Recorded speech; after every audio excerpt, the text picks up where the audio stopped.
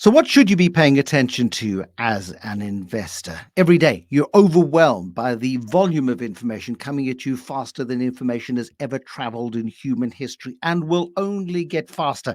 When I illustrate this, I'm not going to sing a song, Warren Ingram, so you can rest assured. But Billy Joel had a hit in 1989 called We Didn't Start the Fire. And he was reflecting on moments of crisis that brought us up to 1989, which was the year in which the Soviet bloc fell apart and the Berlin Wall came down, and we entered a period of extreme prosperity for the global economy. But the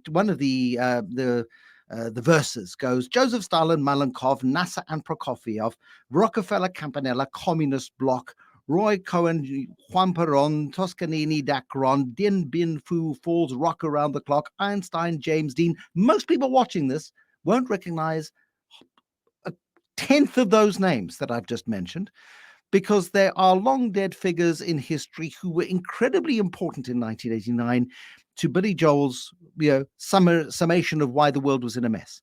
And every day we wake up worrying about things that will be insignificant tomorrow, that won't matter a year from now. And so because of the way news works and because of the way information flows, I certainly feel overwhelmed regularly by the news flow, and I have some strategies which I use to zone out. But what do you do in order to try to define what really matters 5, 10 years from now versus what is 90% clutter and noise and is irrelevant to our investments?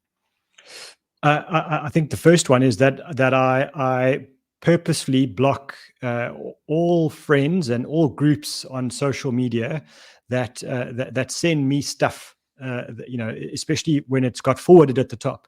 And unless it's something absolutely humorous, I give everyone one chance. I'll say, you've sent me this piece of news, which you think is news, but it's absolute garbage. Please don't do it again. And if they do it again, I just block them. And they become my spoken friends, but not my social media friends. And I find that social media, because we get it from a friend, someone we think we know, we tend to let our filters down, and we don't filter it as much as we do. So for me, that's one. And I don't buy into the conspiracy theorists. I don't go into those echo chambers. They will be right sometimes. Not all conspiracy theories are completely crazy. But the issue is that there are very few that are, and most of them are nuts. And I don't want to spend time on that. So I filter out that stuff, and I focus on proper journalism from proper analysts. I would argue that to shape your understanding of the world on journalism is a big mistake. And you should not be shaping your understanding of the world on journalism, which is betraying my own profession.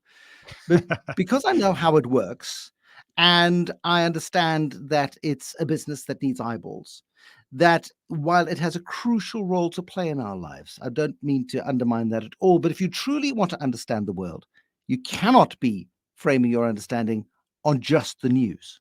Agreed?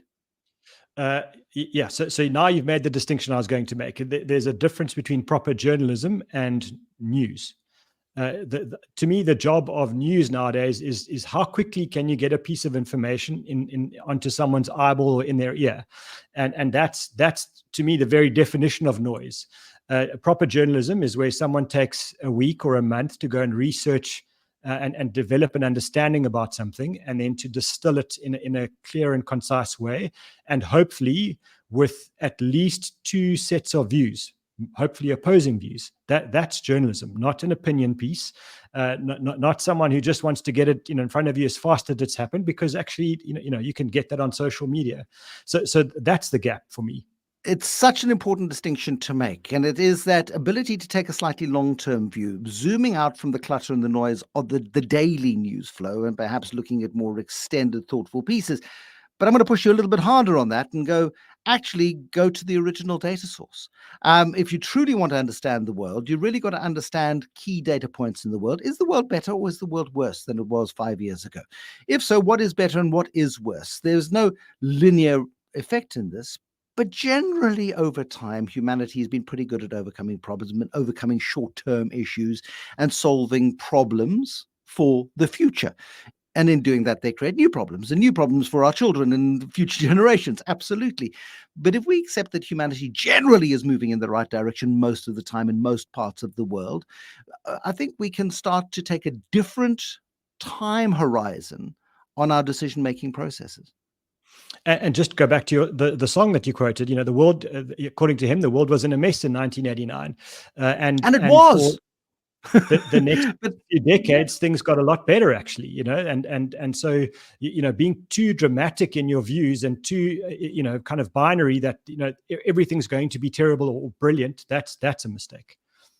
And you can make the mistake either way. You can have your La La Land view that humanity is brilliant, can solve all the problems in the world, so don't worry about anything, which is the equivalent of the ostrich sticking their head in the sand. You've got to be aware of the issues around you, but don't be completely so heavily encumbered by the news of the day that you don't make decisions, that you can't act, that you don't make the investments because you worry about what might go wrong rather than might go right. And ultimately, that's what this is about, is money, and understanding that there will always be a reason to be fearful. There might be some reasons to be overly optimistic. What you need to know is the world's generally growing in the right direction, and your money will do the same if it's invested. So that's what you've got to do. That's your job. Your action this week: filter your news sources, I would argue, and cut off those worry merchants who send you the garbage. I'm going to go and do that almost immediately, actually. I was waiting for a response, but that's fine. Oh. Warren Ingram is a certified financial planner. I gave the action this week. I feel very empowered. Warren Ingram is a certified financial planner. This is the Financial Freedom Pod.